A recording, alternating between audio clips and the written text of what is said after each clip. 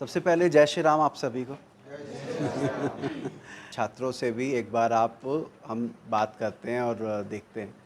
और तब मुझे लगा, मैंने कहा जब अगर हम बात कर ही रहे हैं तो ज्योतिष पे करते हैं। अच्छा, ये सिर्फ एक बात और समझिएगा, जो अभी हम यहाँ पर मैं 2-4 सवाल पूछने की कोशिश करूँगा, वो सिर्फ इसलिए है कि हम बात कर सकें। उसका कोई ऐसा अगर नहीं भी उत्तर आ रहा होगा ना, तो कोई सर पे चिंता की, कोई टेंशन लेने की आवश्यकता नहीं है। अगली बार जब हम मिलेंगे तो आपसे और बेहतर प्रश्न पूछेंगे। तो अभी तो जस्ट इसलिए कि मैं आपसे बात कर सकूं, मैं भी जान पाऊं भाई आप लोग कहाँ से हैं, क्या कर रहे हैं। और प्रयास ये रहेगा, छोटा सा एक हमारी तरफ से भेंट आप लोगों के लिए रहेगी, जिस जो जो सही सही उत्तर मिलते रहेंगे उनके लिए हमारी तरफ से, एस्ट्रोलाइज सूत्रा की टीम की तरफ से आपके लिए छोटा कुछ पता नहीं था मुझे मैं खाने में क्या लाऊं, मुझे चिंता थी। मैं आपको बताता हूं, मैंने सोचा मिठाई लूं, अब पता नहीं मिठाई खाते हैं कि नहीं बच्चे, क्योंकि शुगर वाला वो वाइट शुगर होगी।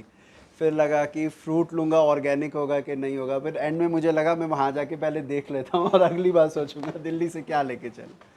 तो इसलिए मैं लेकर, हाँ जी, फ्रूट तो लेके आए हैं। हाँ फ्रूट मुझे, और वो भी यहीं से लिए, क्योंकि मुझे लगा यहाँ के फ्रूट शायद ज़्यादा बेहतर होंगे दिल्ली से, तो वो चीज़ है। तो आप थोड़ा मुझे बताएंगे कौन से किस तरह के छात्र? ये लोग थोड़ा सीनियर हैं, वो थोड़ा जूनियर हैं। अच्छा अच्छा अच्छा ये इधर से ये लोग। अच्छा, ये प्रोफेशनल खिलाड़ी हैं। जी, बहुत अच्छा है। जी जी जी जी ये जी। पुराने विद्यार्थी से थोड़ा अच्छा। तो आप लोग नोट्स बनाते हो, लिख कर भी रखते हो जो क्लास में होता है? आप मुझे दिखाएंगे कोई, एक किसी ने कोई दिखाना चाहे, आप दिखाइए। हाँ, वो बात है। हाँ, क्या नाम है आपका? अच्छा अच्छा, अरे वाह, बहुत बढ़िया। ये मैं केवल 2 दिन में इनको बताया था कि इतना कम से कम बेसिक चीज़ होनी चाहिए, तो वो नोट पे लगाते हैं। ये बेसिक चीज़ है, एस्ट्रोनॉमी चाहिए। जो भी एस्ट्रोनॉमी एस्ट्रोनॉमी वाला के किधर नोट किधर है?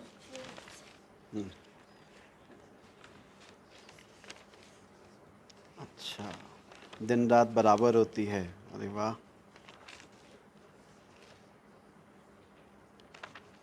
ये तो मुझे भी पढ़ना पड़ेगा, सीखना पड़ेगा आपसे। चलिए ये रखिए, आप बैठिए। चलिए, तो मैं पहले आप लोगों के साथ छोटा मोटे सवाल, अगर संभव हो तो ये नोटबुक बंद कर देना, ठीक है? अभी जो खोला हुआ है आप बंद कर दीजिएगा 2 मिनट के लिए। चलो। हाँ, ईमानदारी से अपने मन से देना है और क्या है। हम्म हम्म हम्म हम्म। अच्छा चलिए, मैं जानना चाहूँगा कि ऐसे कौन से ग्रह हैं जिनकी केवल एक राशि होती है? अगर कोई बता सकता हो तो हाथ खड़ा करें। उस उस ओर वाले, ऐसे कौन से ग्रह हैं जिनकी केवल एक राशि होती है? जो जानता हाथ रहो। जी, सूर्य, बहुत बढ़िया, ठीक है। हाँ, जीवन बता बता मुझे। हाँ, शनि शनि गलत। अच्छा कोई बात नहीं, सूर्य और, वेरी गुड, चंद्रमा। मैं नाम जान सकता हूँ आप दोनों? अखिलेश। अच्छा, कमल जी। और बेटा? अच्छा अच्छा, भाई रिकॉर्ड आप लोग रखना। जी जी, मैं और रख रहा हूँ। वो माइक तो हाथ में रह गया, अब अगली बार आप जो बोलोगे तो हाथ खड़ा कर देना, या आपके पास आ जाएगी। ठीक है। ठीक है जी। अच्छा, एक बात और, मुझे बताओ, माँ के साथ माँ के साथ कौन से ग्रह को जोड़कर देखा जाता है?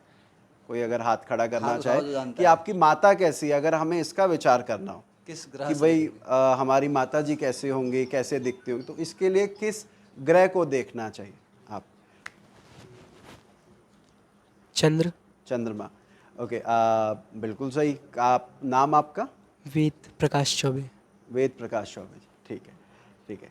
ये इन्होंने बताया, चंद्रमा माता के लिए जब भी विचार करना हो कि हमारी माता कैसे दिखते हैं, कैसे बोलते हैं, क्या उनका हमारे जीवन में योगदान है, तो हमें चंद्रमा का भी विचार करना चाहिए। अच्छा, एक बेसिक सा सवाल, बताइए कि सूर्य दिन के किस समय सबसे ज़्यादा बली होता है? बैक में बोल। 12 बजे। हाँ, थोड़ा सा तेज, सबको मुझे सुनाई नहीं दे रहा उनने। 12 बजे। 12 बजे, ठीक ठीक ठीक ठीक ठीक, बिल्कुल आप सही कह रहे हो। आपको कैसे पता? सोचो ज़रा। उस टाइम पे धूप बहुत तेज होती है। क्या कहा? उस समय धूप तेज होती है। हाँ नहीं, बिल्कुल सही कह रहे हो। पता है ये जो आप बता रहे हो धूप तेज हो जाती है, जब हम क्लास में पढ़ा रहे होते हैं बच्चों, बड़े बच्चों को, बड़े मतलब जो अपना जॉब कर रहे हैं, शादी हो चुकी है उनको, तो उनको याद, वो ये याद कर रहे होते हैं, उन्हें खुद भी नहीं पता होता। जो आपने कहा स्वाभाविक सी बात है, दोपहर 12 बजे धूप तेज होती है और सूर्य सर के एकदम ऊपर होता है, तो उसका प्रभाव हमारे ऊपर सर्वाधिक पड़ता है। तो जो व्यक्ति दोपहर 12 बजे के आसपास पैदा होता है, शास्त्र ये कहते हैं कि वो, उसका नाम दुनिया में ज़्यादा फैलता है, उसको ख्याति ज़्यादा मिलती है। सूर्य क्या है? सूर्य प्रकाश का कारक है। तो अगर प्रकाश वाला ग्रह कुंडली में बली होगा, आप 12 बजे 11:30 बजे के आसपास हो रहे हैं, तो उसको अच्छा माना गया है आपकी ख्याति और कुख्याति के लिए भी। कुख्यात क्या होता है? हाँ, अगर चोरी करोगे तो भी तुम्हारा नाम होगा कि अरे इसने चोरी करी है, इसको पकड़ लो। और अगर आप कोई अच्छा काम करोगे तो भी दुनिया को पता लगेगा कि इसने अच्छा काम किया है। तो शुरुआत में सूर्य अगर किसी की पत्रिका में ऐसे दिखता है, जैसा आपने कहा 12 बजे, तो हम उसको अच्छा मानते हैं कि ये तो बहुत बढ़िया हो गया। ठीक है, नाम क्या है आपका? युवराज उनियाल। यार आप फिर मंदा बोल रहे, मैं सुनाई नहीं दे रहा। युवराज उनियाल। युवराज उनियाल। अच्छा, तो उनियाल कुमाऊं में है, गढ़वाल दोनों जगह होते हैं? अच्छा, ये गढ़वाल से, ओके ओके ओके। अच्छा चलिए, ये भी बहुत अच्छा जवाब दिया आपने। अब एक और सवाल आपसे पूछते हैं। भाव के कारक तो हो सकते हैं। आ जाइए आ जाइए। मुझे बताइए कि पुत्र का विचार किस भाव से करते हैं? संतान आप कैसे देखते हैं? कौन से भाव से देखना चाहिए? वो शायद वो कुछ बताना चाह रहे, बताओगे? अच्छा अच्छा, आप भी अभी आश्रम में नए हैं? अच्छा क्लास में नहीं आता है, पर आश्रम बहुत समय से। अच्छा अच्छा अच्छा अच्छा, चलिए बढ़िया है बढ़िया है। क्योंकि पता है एक एज ग्रुप के तो है नहीं, तो मुझे समझना पड़ रहा है कि भाई ये उम्र से ही पता लगता है ना थोड़ा। वैसे गलत तरीका है ये, मैं आपको बताता हूँ। जैसे अभी मैं अंदाज़ा लगा रहा हूँ कि भाई वो उम्र में ज़्यादा बड़े लग रहे हैं, छोटे लग रहे हैं, उनको पता होगा। मेरे साथ ऐसा होता है, मैं पढ़ाने जाऊँगा, मेरी उम्र थोड़ी कम है जो मेरे साथ के अध्यापक हैं उन लोगों से, तो वो 60 65 70 साल के हैं, मुझसे ही पढ़े हुए हैं, लेकिन उनके लिए ज़्यादा आदर भाव आता है कि अरे ये उम्र में बड़े हैं, इनको आता होगा, ये ज़्यादा जानते होंगे। तो वो चलिए खैर अच्छी बात है। आपने इनका उत्तर दिया। क्या बता रहे थे आप? पंचम भाव से, ओके ओके ठीक है जी। आप सब, उन्होंने क्या कहा, कुंडली में 12 भाव होते हैं, तो उसमें 5वें भाव से हम ये देखते हैं हमारे पुत्र कैसा कैसे होना चाहिए, क्या उसका प्रभाव रहेगा। अच्छा, ये तो चलो आसान था, मतलब बताया जा सकता था। कुंडली में कितने नक्षत्र होते हैं, या नक्षत्र कितने हैं पूरे ज्योतिष में? हाँ, भचक्र में। हाँ, आप बताएंगे? अब देना, माइक दीजिएगा इनको। 27 होते हैं। 27 होते हैं, वेरी गुड। एक दो के नाम बता सकते हैं, या कुछ किसी के नाम याद है? कोई भी, जो भी याद है। वैसे आप सही उत्तर है, मैं तो वैसे लालच आ रहा है मन में कि ना अपने 27 बता दे, तो एक दो के नाम भी बता दो। भरणी, कृतिका, अश्लेषा, अरे मघा, वाह, अरे वाह, उत्तरा, भाद्रपदा। हाँ वो बहुत है, बहुत रेवती। है। चलो शुरुआत के हिसाब से बहुत है। अच्छा, तो आपने इन नक्षत्रों के नाम बताए, चलिए अच्छा है। ओके, अब अभी तक आपने 2 के उत्तर दिए शायद, या एक का? एक है। एक का, सभी ने एक एक का ही दिया है। एक एक का। ठीक है ठीक है। चल, अब मेरा प्रश्न आपसे ये रहेगा कि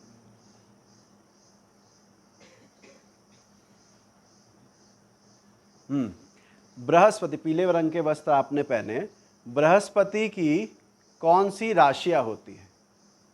बृहस्पति की राशियों के नाम क्या है? बृहस्पति किन राशियों का स्वामी है? हाँ, ऐसे कह सकते हैं। जो जानता हाथ उठाना।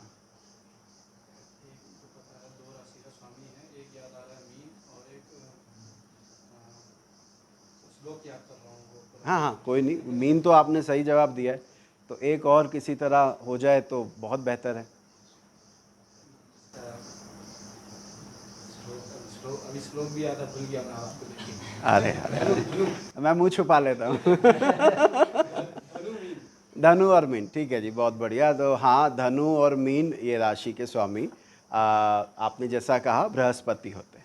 अब एक और छोटा सा प्रश्न, ऐसा कौन सा ग्रह है जिसकी दोनों राशि जुड़ी होती है, साथ साथ होती है? एक के बाद एक है। कुंभ मकर बहुत बढ़िया, ये भी बात सही है। कुंभ और मकर जैसा उन्होंने बताया वो दोनों राशि जुड़ी होती है। अब थोड़ा सा आप लोगों के पास आते हैं, ठीक है भाई। तो मुझे कुछ दिखा सकते हो, कुछ नोट्स वगैरह ज्योतिष के, कोई कॉपी वगैरह, मुझे थोड़ा अंदाज़ा हो जाएगा ना आपसे कैसे वाले सवाल पूछूं। कुछ बनाया हुआ है, दिखाओ। कोई बात नहीं, अब मेरी तो किताब, ये तो फिर भी आपने साथ रखा है, मेरा तो ये भी, अरे कहानी यहाँ तक पहुँच गई है। यहाँ ये थोड़ा पुराना विद्यार्थी है। अच्छा, ऐसा सा क्या होगा?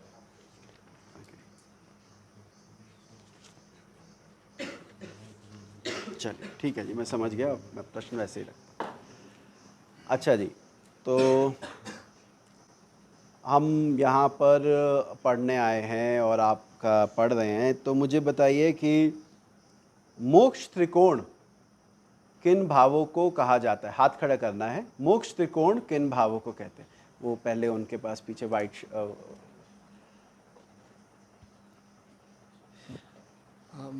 प्रणाम सर। मोक्ष त्रिकोण 4 8 12 भाव को बोला जाता है। बहुत बढ़िया। जी जी। अच्छा, इसका आपने बिल्कुल सही उत्तर दिया है, मैं तो बस वैसे ही पूछना था, इसका हम इस्तेमाल कैसे करें? मतलब पता लगा ठीक है हमें 4 8 12 मोक्ष त्रिकोण है, अब किसी व्यक्ति को मोक्ष मिलेगा कि नहीं मिलेगा, वैसे तो हम जनमानस बहुत साधारण से व्यक्ति, हम कैसे किसी के बारे में बताएं, पर फिर भी कैसे अंदाज़ा लगाते हैं कि ये मोक्ष जैसा कुछ है कि कुंडली में ऐसा या नहीं, कुछ आप बताएंगे? मोक्ष के लिए ज़्यादातर क्या है, कहते हैं जो हम देखते हैं मीन राशि, द्वादश भाव, द्वादशेश, अगर लग्न साथ संबंध बनाता है तो उसमें हम ज़्यादातर बोल सकते हैं कि ये ज़्यादातर विरक्तता रहेगा, माया में नहीं रहेगा, संसार के मोह माया से दूर रहेगा। राइट, ठीक, राइट। ये चीज़। और चौथा भाव भी ऐसे सुख सुविधा है, अपना घर है, और अष्टम भाव भी परिवर्तन का है, ट्रांसफॉर्मेशन बोलते हैं उसे, मतलब पूरी ज़िंदगी चेंज होने का अष्टम भाव बोलते हैं उसे। अगर इनका संबंध लगने से आता है तो मतलब ज़िंदगी चेंज होने की वो बोलते हैं कि तुम मोक्ष अध्यात्म की तरफ ज़्यादा जाओगे। अच्छा जी, बहुत बढ़िया, बहुत बढ़िया भाई। नाम क्या है आपका? जी, हमारा नाम खिमानंद पलड़िया। अच्छा, वो फेसबुक वाले? अच्छा अच्छा अच्छा अच्छा, ओके। नहीं, अच्छा, ये जैसे अभी देखो इन्होंने बताया मोक्ष भाव 4 8 12 कहे चिंटू जी ने, बड़ी विडंबना है कि इन्हीं भावों से हम भोग भी देखते हैं। जी जी चौथा भाव सुख साधनों का होता है, जी जी द्वादश भाव भोग का भाव माना गया है। तो जब ये कोई प्रश्न आता है ना कि इसको मोक्ष मिलेगा, इसके तो ग्रह 4 8 12 में हैं, तो मोक्ष का अधिकारी है, कई बार उन कुंडलियों में अगर हम देखते हैं कि व्यक्ति भोग के प्रति ज़्यादा आसक्त है, कारण क्या है कि वहाँ 4 8 12 भाव में राशियाँ भी महत्वपूर्ण है कि कौन सी राशि है, ऐसी राशि है जो मोक्ष दे सकती है। जैसे आपने मीन का जिक्र किया, जी जी अगर ऐसी राशियाँ हैं तो हाँ, व्यक्ति विरक्त होगा या विरक्ति की ओर जाएगा। लेकिन अगर वहाँ पर ऐसी राशियाँ हैं जो शुक्र की हैं, बुध की हैं, और वहाँ पर शुक्र बुध जैसे ग्रह लग्नेश के साथ बैठे हैं, तो व्यक्ति माया जगत से छूटने में उतना सक्षम नहीं रहेगा, वो अटैच रहेगा। प्रयास हो सकता है करे गुरु ज्ञान के कारण, लेकिन उसके लिए आसान नहीं रहेगा। तो आपने सही कहा, मोक्ष त्रिकोण ऐसे देखते हैं। चलिए, ये तो अच्छा है। अब आप मुझे बताइए कि किस वर्ग कुंडली से, आपके अलावा और लोगों से भी पूछ रहा हूँ, किस वर्ग कुंडली से विद्या अध्ययन के बारे में विचार करते, पढ़ेगा कितना, कौन सी वर्ग कुंडलियाँ उसके लिए देख सकते? द्वादशांश। द्वादशांश, ओके। ये चतुर्दशांश, चतुर्दशांश। वो माता पिता वही डबल ही तो है, ज़्यादा फर्क नहीं, 12 के बजाय 24, तो खैर। हाँ, उन्होंने जो बोला पढ़ाई कितनी हम करेंगे, किस क्षेत्र में करेंगे, कितना जानकारी लेने में हमें आसानी रहेगी, उसका विचार हम चतुर्विंशांश कुंडली से करते हैं। चतुर्विंशांश, जैसे अभी सर ने बता रहे थे मुझे कि ऊपर यजुर्वेद का पाठ यहाँ हो रहा है, और आपको बताया था किस किस खंड में क्या क्या क्लासेस चल रही हैं। तो वैसे ही विषय चुनने में हमारे लिए चतुर्विंशांश कुंडली एक कुंडली होती है, वो आसान बताती है कि ये व्यक्ति उसमें उन्नति के ज़्यादा करीब जा सकता है। ठीक है, अब एक बात बताओ भाई, अब आसान सा सवाल पूछते हैं, धनवान होने के कौन से योग? आपको कुंडली में किसी को कहना हो कि तुम्हारे पास पैसा बहुत है, उसके लिए क्या बोलोगे? कुछ भी आप आगे इनको दीजिएगा, इनको धन के लिए कुछ बताना चाहो, कुछ भी, जो भी दिमाग में है। कोई और? धन कौन से भाव से देखते? दूसरे भाव से। बहुत बढ़िया, ठीक है। तो और आपको क्या लगता है कौन सा ग्रह पैसा दे सकता है? पैसे के लिए कौन सा ग्रह देखे? शुक्र। आवाज किसकी थी? शुक्र। अच्छा, शुक्र की। बहुत बढ़िया, ठीक है जी, आपने शुक्र कहा, उन्होंने धन भाव कहा। तो अब किसी को अगर आपने ये बताना है कि आपकी कुंडली में सामर्थ्यवान आप रहेंगे, सामर्थ्यवान समझते हैं आप शब्द? कि आपको देखो, अभी हम कह रहे हैं कि पैसा, मेरे पास ये सवाल आता है, कई क्लाइंट पूछते हैं, सर क्या मेरी कुंडली में आप बता सकते हो कि मेरे पास 100 करोड़ रुपए होंगे कि नहीं? अब मैंने कहा भाई मैं ये 100 करोड़ रुपए तेरी कुंडली में होंगे कि नहीं मैं ये नहीं बता सकता, क्षमा करना, मुझे नहीं आता।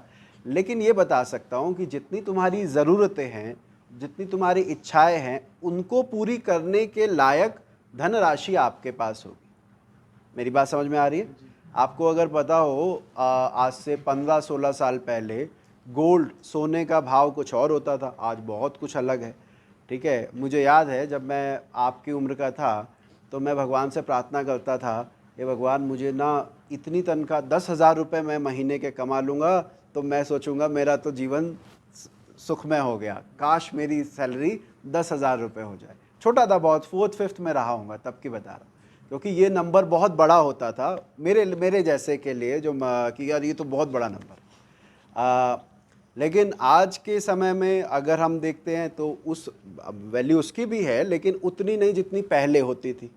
अब वो बात लाखों में चली गई। तो ये जो कहते हैं कि कितने कमाओगे, कितने का तो नहीं, लेकिन हाँ आपके पास इतना पैसा रहेगा कि आपको आपकी ज़रूरत पूरी हो जाएगी, आपको आपकी इच्छाएं पूरी हो जाएंगी। उसके लिए इन दोनों ने जो कहा, नाम क्या है बेटा आपका?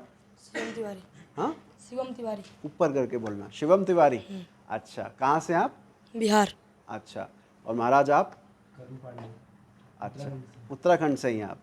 तो आप दोनों ने जिनके बारे में कहा, अगर किसी व्यक्ति के लगन अथवा लग्नेश का संबंध इन दोनों से हो जाए, लगन समझते हैं, कुंडली में एक लगन होता है, लगन अथवा लग्नेश का संबंध शुक्र या धन भाव के स्वामी से हो जाए, तो हम ये कहते हैं आपकी ज़िंदगी में ऑन एन एवरेज इतना पैसा भगवान दे रहा है कि आपको परेशानी नहीं होगी, सुख साधन रहेगी। ये बहुत सरल मैं आपसे बातें कर रहा हूँ कि ये इसमें ज़्यादा आपको वर्ग कुंडली, ये कुंडली, वो बाद में देखेंगे। पहले अगर ये चीज़ें भी मिल जाए तो हमें ये पता लगता है। अच्छा चलिए, आप लोग मुझे बताइए, अमावस्या के दिन मेरे पास एक कुंडली आती है, सूर्य मेष राशि में है, कोई भी बताना चाहे सभी से। और हाँ, ये इनके सवालों के जवाब आप भी दे सकते हैं अगर उत्तर पता है तो, वो तो फिर डबल बोनस वाली बात हो जाएगी कि यार यहाँ से उत्तर आ गया। अमावस्या के दिन मेरे पास पत्रिका आती है और मेरे पास सूर्य उस दिन मेष में था, जिस दिन कुंडली खोली अमावस्या थी और सूर्य मेष में था। अब मेरे से पूछा जाता है कि इस जातक की चंद्र राशि बताओ। मैं दोबारा बोलूं, मेरे पास कुंडली आई, मेरे पास कुंडली में अमावस्या के दिन की कुंडली थी, सूर्य मेष में बैठा था बीचों बीच 15 डिग्री पे, और मुझसे पूछा गया बताओ कि मेरी जन्म राशि कौन सी है, मेरी राशि कौन सी है। तो अच्छा, पीछे 2 हाथ हैं, ठीक है, आप भी हो, चलो ग्रेट, डरो, बोलो बोलो, आप बोलो। मेष होगी। कैसे बताया आपने? अब दोबारा से बताना, पहले तो नाम बताइए और कहाँ से हो? हरिओम। जी, अरे यहीं पास से ही है, गरुड़ से। अच्छा अच्छा, पास से ही आप, ओके। अच्छा, नहीं मैं सोचा मैं जब भी हरिओम के बाद, जैसे हम जय श्री राम, तो अब नाम ही जय श्री राम हो गया तो कैसे करेंगे? हरिओम पंत नाम है। ओके, तो आप कुछ कह रहे थे, दोबारा बोलिएगा, सॉरी बीच में रोक दिया। आपने कहा मेष राशि होगी, आपने कैसे बताया, ये सबको समझाइए। जब चंद्रमा और सूर्य एक साथ होते हैं तो अमावस्या होती है। Very good. तो सूर्य मेष राशि में तो चंद्र मेष राशि में होगा। हाँ, अगर सूर्य भी चंद्र राशि मेष, ऐसे मेष में बताया तो चंद्रमा भी वहीं होगा, ठीक है ना। तो मैं ये बता रहा हूँ कि ये सामान्य ज़िंदगी में भी बिना पंचांग के भी आप थोड़ा अपना बुद्धि का प्रयोग करके ये बता सकते हैं अभी क्या समय होगा, क्या लग्न होगा। अभी वो लोग नए हैं, no doubt about it, but आप ग्रेजुअली, आप धीरे धीरे करके आप देखेंगे कि बहुत सरल विषय है अगर आप ध्यान से पढ़ेंगे तो। और ये एक ऐसा विषय है जो कि आप रोज़मर्रा आपके दैनिक जीवन में जिसकी उपयोगिता है। अभी जैसे उस बच्चे ने कहा कि 12 बजे सूर्य वाली बात, तो वो स्वाभाविक सी बात है, इसके लिए कोई बहुत दिमाग लगाने की आवश्यकता नहीं है। लेकिन अगर आप ध्यान देंगे प्रकृति पर, और अब तो आपके साथ सर भी हैं जो आपको टेलीस्कोप पे ग्रह भी दिखा देते हैं, तो अब तो आपका संबंध हमसे ज़्यादा बेहतर हो गया। हमें तो दिखाने वाला कोई नहीं था, हम तो अंदाज़ा लगाते थे, आपको तो जोड़ दिया उन्होंने कि भैया ये ग्रह देखो यहाँ दिख रहा है।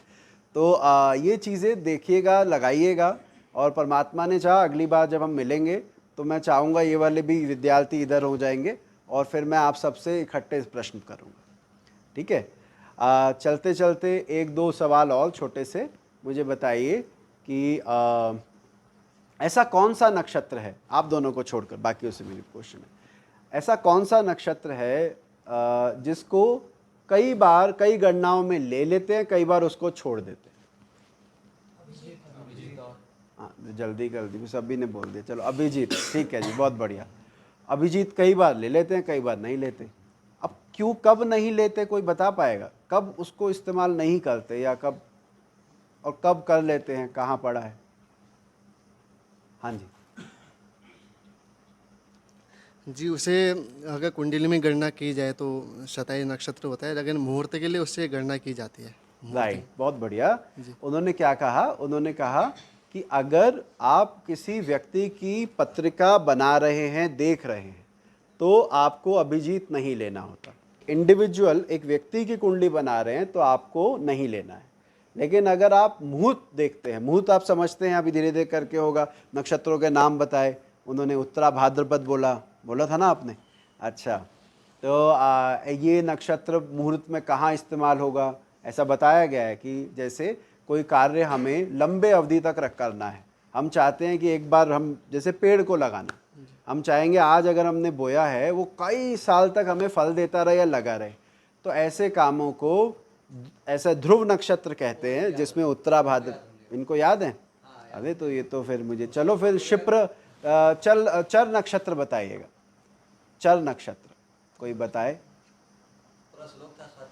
हाँ, उसमें को हिंट भी मिल गया। नहीं, आप दोनों रुक जाइए, अभी बाकी भी प्रयास करने दीजिए। आपसे तो मैं पूछ ही लूँगा, मुझे पता है उत्तर आप दे दोगे।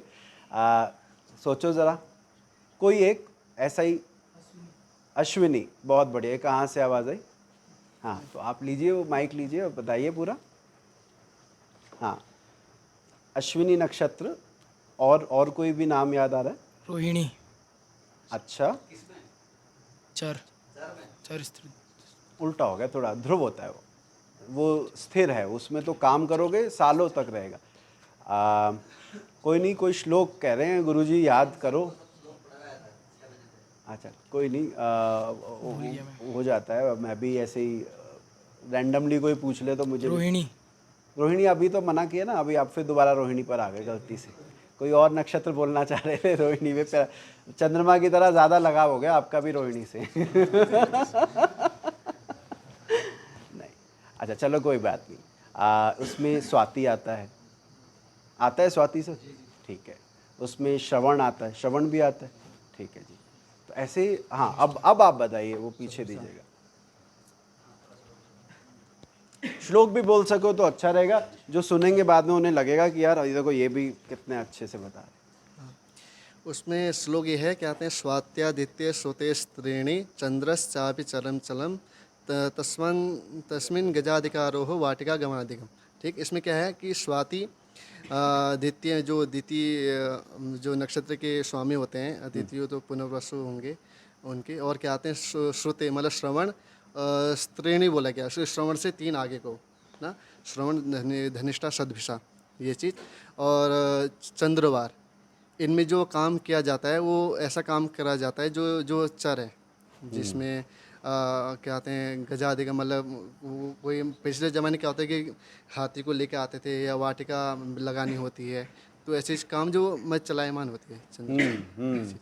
ऐसे कार्य जो अभी हम करें और बाद में उसको हम बंद भी कर सके, वैसे कार्य करने के लिए बोलते हैं। बहुत बढ़िया। चलिए ठीक है जी, बहुत बढ़िया, आप लोगों से बात करके बहुत अच्छा लगा। एक काम छोटा सा मेरी हेल्प कर देना मुझे, क्योंकि ये याद नहीं किसने कौन से प्रश्न के उत्तर दिए और कितने के दिए, ठीक है? तो आप दोनों को छोड़कर बाकियों ने जिन्होंने उत्तर दिए हैं उनके लिए कुछ अलग सोचेंगे, वो आप कृपया करके कहीं एक एक क्वेश्चन का आंसर एक दो ये दिया। आप में से, अब बिहार से वो तिवारी जी हैं पीछे, है ना? और कौन है बिहार से? आप हैं बिहार से। आपका नाम क्या है? पांडे जी। अच्छा अच्छा अच्छा। उत्तराखंड से कौन कौन है, एक बार हाथ खड़ा करें। अरे वाह, पूरी फौज तैयार हो रही है यहाँ से। आप लोगों के सर पे बहुत बड़ी जिम्मेदारी भी है, पता है आपको? उत्तराखंड के जो पंडित होते हैं या जो कर्मकांड जानते हैं, उनके पूरे भारत में, हमें उत्तर भारत में स्पेशली ये माना जाता है कि अगर ये पहाड़ का पंडित है तो इसे बहुत अच्छी जानकारी हो। तो आपके और कहीं का अगर होना हो ना कर्मकांड करने वाला, उससे उम्मीद कम लोगों को होती है। स्पेशली उत्तराखंड का और ये हिमाचल, इस बेल्ट के पंडितों की बड़ा आदर है कि अगर ये वहाँ से हैं तो इन्हें अच्छे से जानकारी होगी। तो वो जानकारी जैसा लोगों का मान्यता है उसको आप लोग परिपूर्ण कीजिएगा, वैसे ही पढ़ाई कीजिएगा कि सामने आगे जाके आपके उत्तराखंड का और हिमाचल का नाम नीचे ना हो। तो ये ध्यान रखिएगा। वहाँ पे दिल्ली में, पता, दिल्ली के पंडितों से लोग पूजा कम करवाते, पहले पूछते हैं अच्छा ये पहाड़ से हैं, इनसे करवाएंगे, इनको ज़्यादा आता होगा। तो ये है वहाँ पर एक तरह से कहो परसेप्शन बना हुआ है, जो कि अच्छी बात है। तो आप ध्यान रखिए। चलिए अब मिलते हैं।